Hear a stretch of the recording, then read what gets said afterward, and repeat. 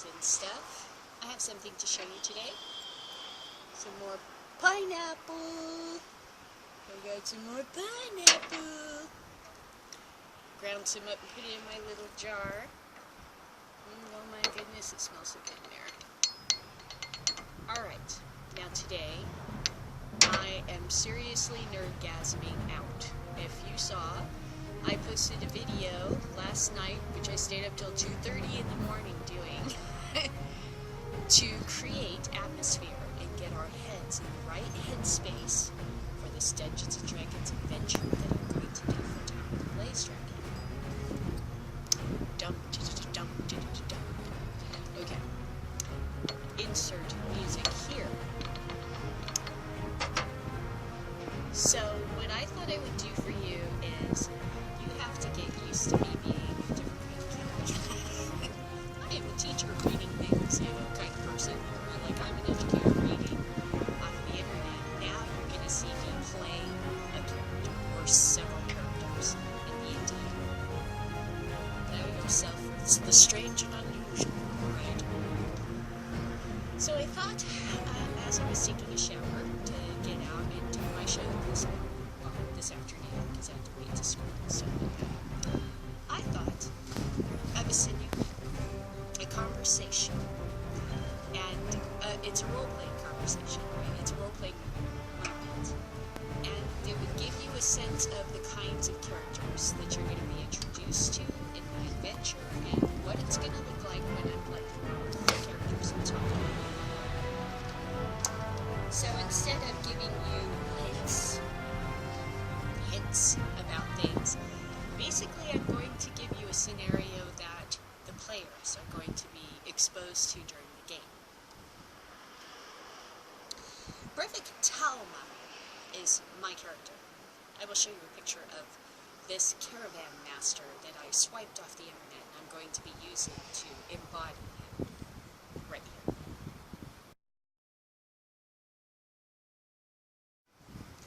Now, Beverick Talma is a caravan master who loves opportunity. He's not necessarily the greatest merchant on his own, but he has the eye for opportunity. And he's a jovial, friendly caravan master who's always willing to take on business partners to travel alongside him, and he has a reputation for this. So, he is traveling along the Soren coast, near the Soren Mountains, on his way to Waterdeep, and traveling with him is a young druid female. Her name is Brilla Catslove. She is from Mirabar, and she is bringing the famous Shagoo bison to market in Waterdeep. Her family has raised these livestock for hundreds of years.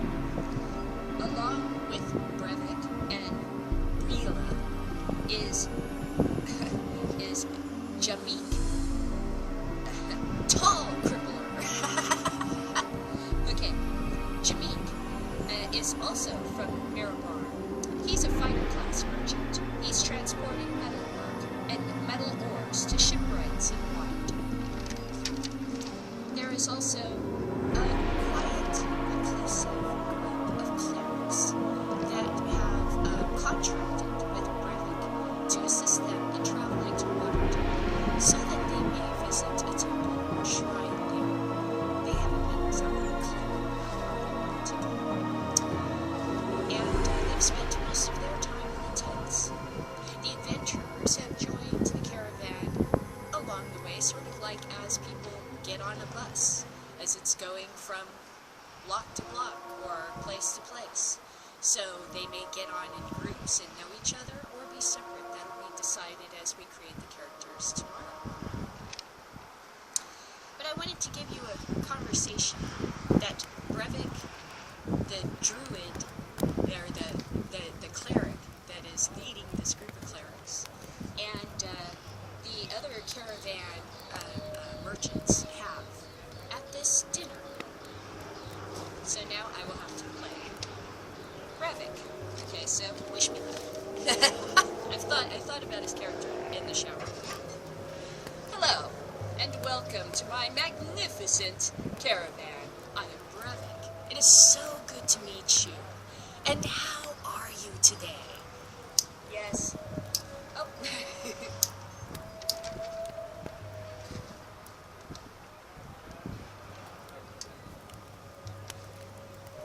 We've been several weeks on the road, traveling with my new business partners, Brila and Jameek.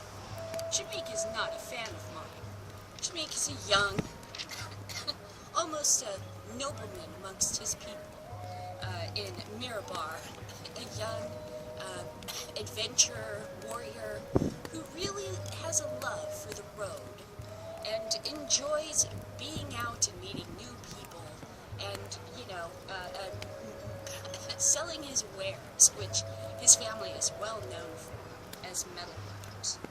Brielle, Cat's Love, is a wonderful companion. She is fresh, young, and pretty. I will show you both of these characters now. Jameek and Brielle, Cat's Love.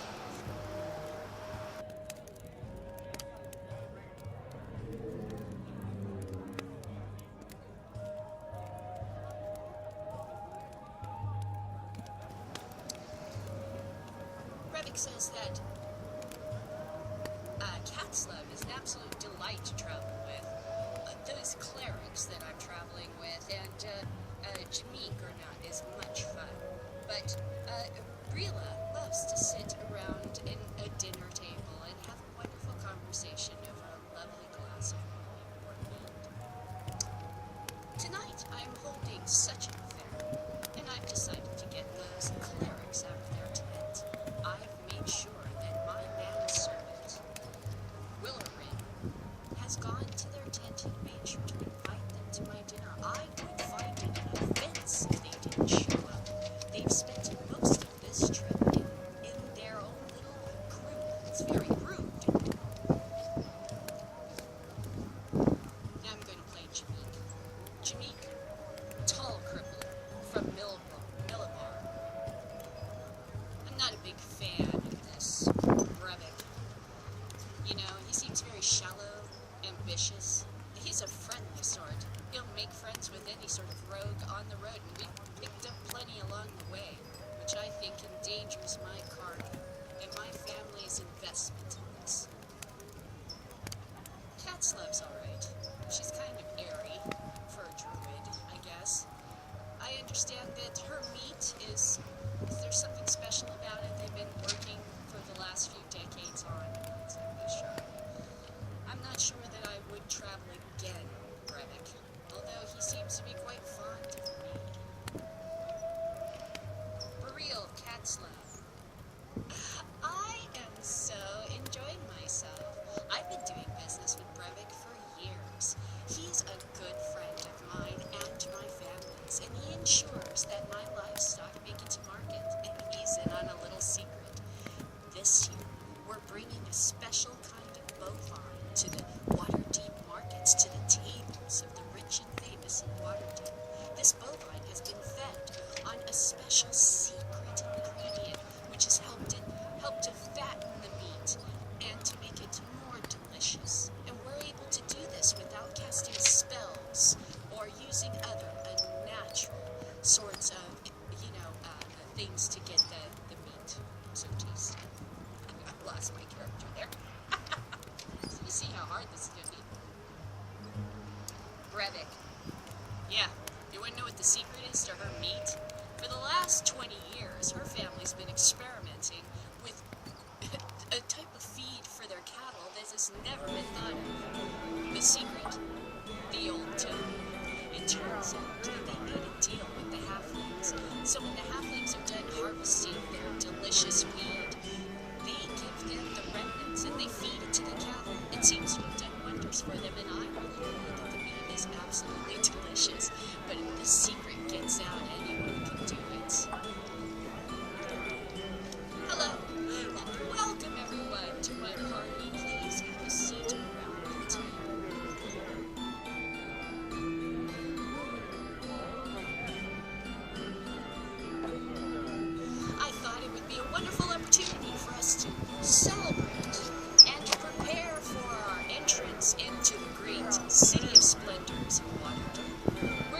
outside the city now. You can see the lights just off the coast. And in the light of the full moon on this beautiful spring evening, as warm and wonderful as it is, I thought it would be a perfect opportunity for us to come together as a company, and meet and be have fellowship. I've had my manservant go and invite you, and you have shown me, and I am so grateful. This shows you really appreciate my leadership as caravan and strong. Shamir, his name is. I made you up nicknames to make it easier. Jameek is not impressed. Yeah, sure.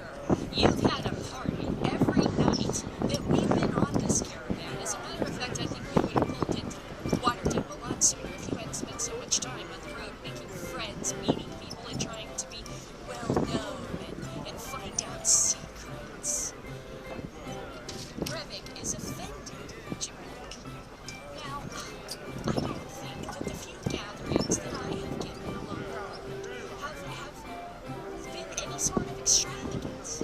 We are going to go into Waterdeep just in time, as I promised, just as we had contracted. I'm bringing you safe, and your cargo as well. Breland, Catslow, please don't fight our ways. This is an evening for us to enjoy. Willifred, sir, the clerics have arrived.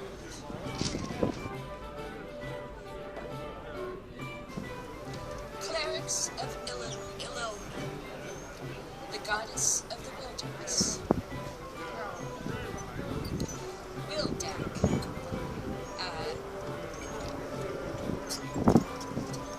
wait, sorry, I'm lost here. I have to figure out what is my guy's name here. It's Seaward Dawn Tracker. Seaward Dawn Tracker is the leader of the clerics, and he and the clerics arrive a little bit late and seat themselves quietly at the end of the table, hoping to not engage in too much conversation. But Brevik immediately jumps in. Well, my friend, I've hardly seen you all this time. You've spent so much of your time in your tents and by yourselves. Do clerics usually spend their times alone? Are they usually so rude to their hosts? Wildak, I am so sorry. We had much to concern ourselves. As you know, we are preparing ourselves for the great high holidays. And as we arrive into Waterdeep, we are a bit on edge. No need to bother yourselves with our current attitudes. Brevik. So, you must have a lot to worry about with your goddess of the woodlands. I hear there are a lot of woodlands in trouble, in peril, all across the known realms. There are things like the black trees have been invading many of the forests. Dark things that see themselves bandits that take up position in the forest, preventing travelers from going down the road safely, as we did on this journey. Yes, it is true. We concern ourselves with the dark and evil things that infest all of our woodlands. It is our mission to clean and cleanse them this evening, wherever we can. But we are stretched thin. There is so much going on. Brevik. Yes, I've heard even that Forest of Hope, which was named after that princess. What was her name? Hope. That's right. I've heard that even it's been having some troubles. Bandits. A beholder. I even heard a famous adventurer was killed there recently. The cleric gives a darting, shooting, angry look at Brevik. I don't know anything about the Forest of Hope. I'm afraid I can't help you. Really? Because I heard that recently a red dragon ambushed when a famous warrior, just as he was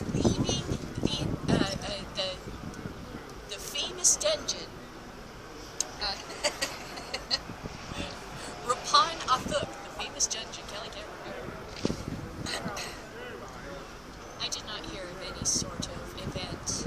I know nothing of this. As a matter of fact, you are offending us, and we would like to leave your party right now, because we don't like this talk of evil, or that evil place, Rapon Athor, for it housed the cult of Orcus. That dark evil cannot be spoken amongst us without offending us. So we will withdraw from your party. Annoyed. And so they leave. They go back to their tents and busy themselves amongst themselves, close up their tents, you know, very rude, very annoyed, very snobbish. Brevik. Well, I'm glad I didn't spend too much time with them along the road after all. They're not very much fun, are they? Not very chatty. Certainly very tight-lipped about the Forest of Hope. About some of the troubles that have been had there. Oh well. Then he turns to the adventurers. And that's where I'll pick up. This is the kind of thing I'm going to tell these adventurers that they see as they sit at this party.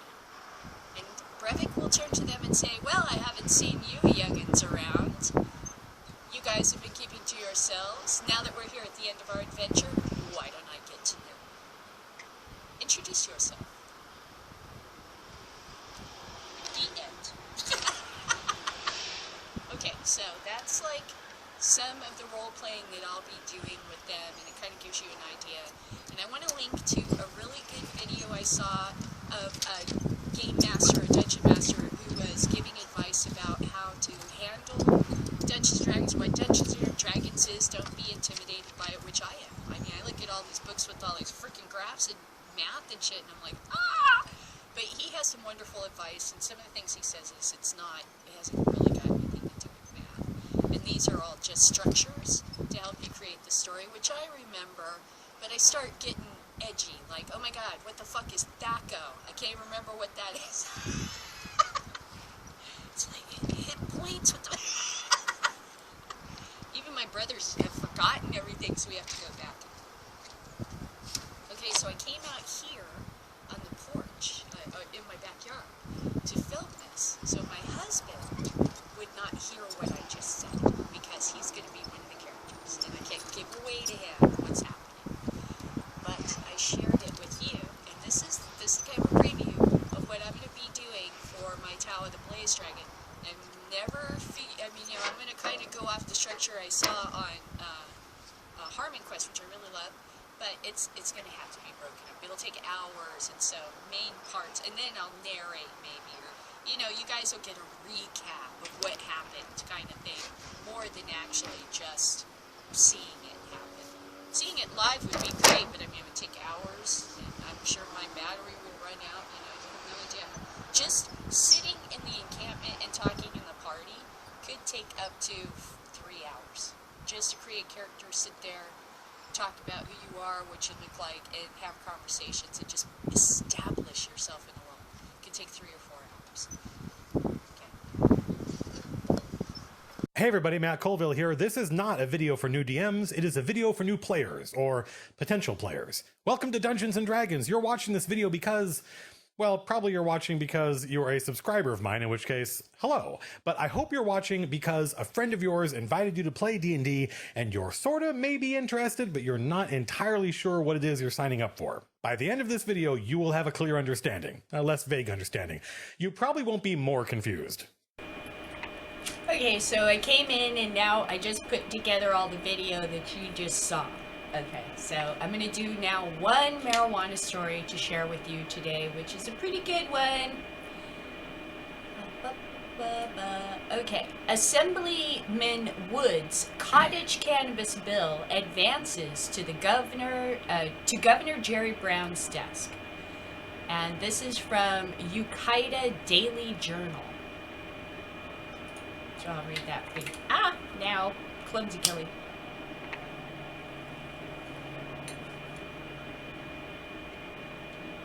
Tell my husband here I'm having like a nerdgasm about the D&D. I'm really starting to like enjoy it. Like, oh yeah, I remember how to do this kind of. Okay. Assemblyman Wood's cottage cannabis bill advances to Governor Jerry Brown. Ukiah Daily Journal staff. State Assemblyman Wood's cottage cannabis farmer bill cleared one of its last hurdles Wednesday and was sent to Governor Jerry Brown's desk for a final signature, after which it would become law. Assembly Bill 2516 would establish a new medical marijuana cultivation license category for what Wood calls micro farmers. The new license, or specialty cottage cultivator license, would be available to farmers with 2,500 square feet of less or total canopy size, for mixed light cultivation, up to 25 mature marijuana plants for outdoor cultivation, or 500 square feet or less of total canopy size for indoor cultivation per parcel. The California Department of Food and Agriculture would be tasked with issuing licenses to qualified applicants, as well as develop the requirements for obtaining licensures. We want to ensure that small medical cannabis growers on the North Coast can continue to do business as the industry moves forward, Wood said in a statement.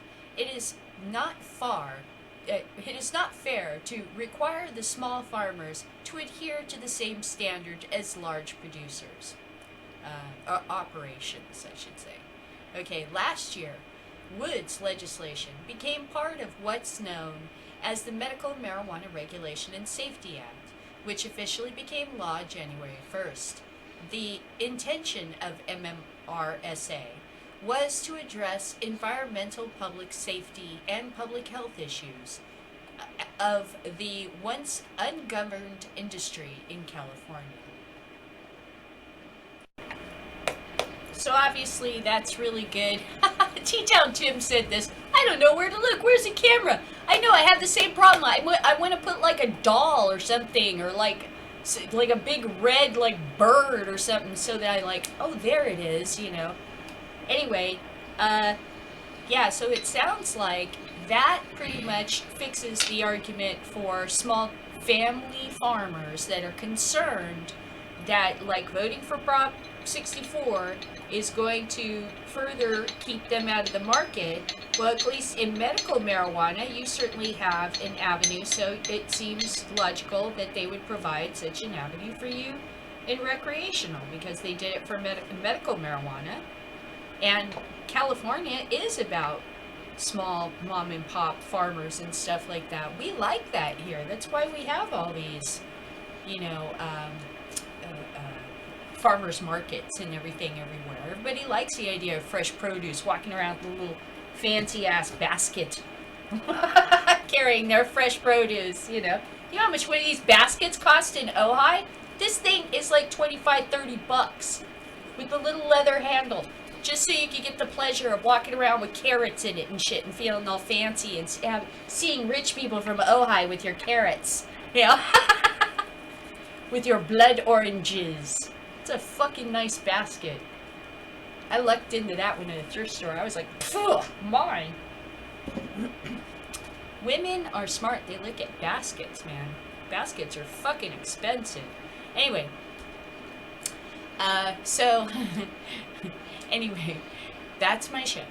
And really what my brain's been doing is writing this outline for how we're going to begin the adventure. How I'm going to, you know, because it's like the sting. You have to give the hook. How do you get people? You have to put kind of a little bit breadcrumbs and yet leave it an open world, because that's part of the excitement about being a GM. I don't necessarily have to flesh out every character in this novel, just the ones that the adventurers wander towards, because they may encounter them, or random roaming encounters. And that's the kind of stuff I have to get used to thinking about again, or playing these characters, or coming up with characters off the bat, which was always, I like doing it, but you get tired and start fumbling your words and stuff, and it's hard to stay in character and keep the emotion and everything going. You have to take breaks, you know, drink soda, eat chips, smoke pot, We used to take a few bong tokes and go back to the game. We were massive stoner fucking Dungeons and Dragons players. Anyway, it's all percolating up there. In the beginning, I'm using these images, like for instance with the video that I made last night for Tower of the Blaze Dragon and put up. I'm using all that for inspiration to create in my imagination what this campaign looks like, what the terrain looks like, what the monsters are going to be, what the feel of it is, you know. And then I have to help the characters to work forward together. Check out this guy's video about Dungeons and Dragons if you're interested. If not, that's cool. You don't have, that's why I'm doing it on Tower of the Blaze Dragon and not this show. But because it's got nothing to do with marijuana. But I was massively a huge, for years and years and years, playing Dungeons and Dragons and getting high was, you know, where do you think we did all this political talk in between about how fucked up it was we didn't have more weed so we could smoke pot and play Dungeons and Dragons? Hard to drink beer and play Dungeons and Dragons.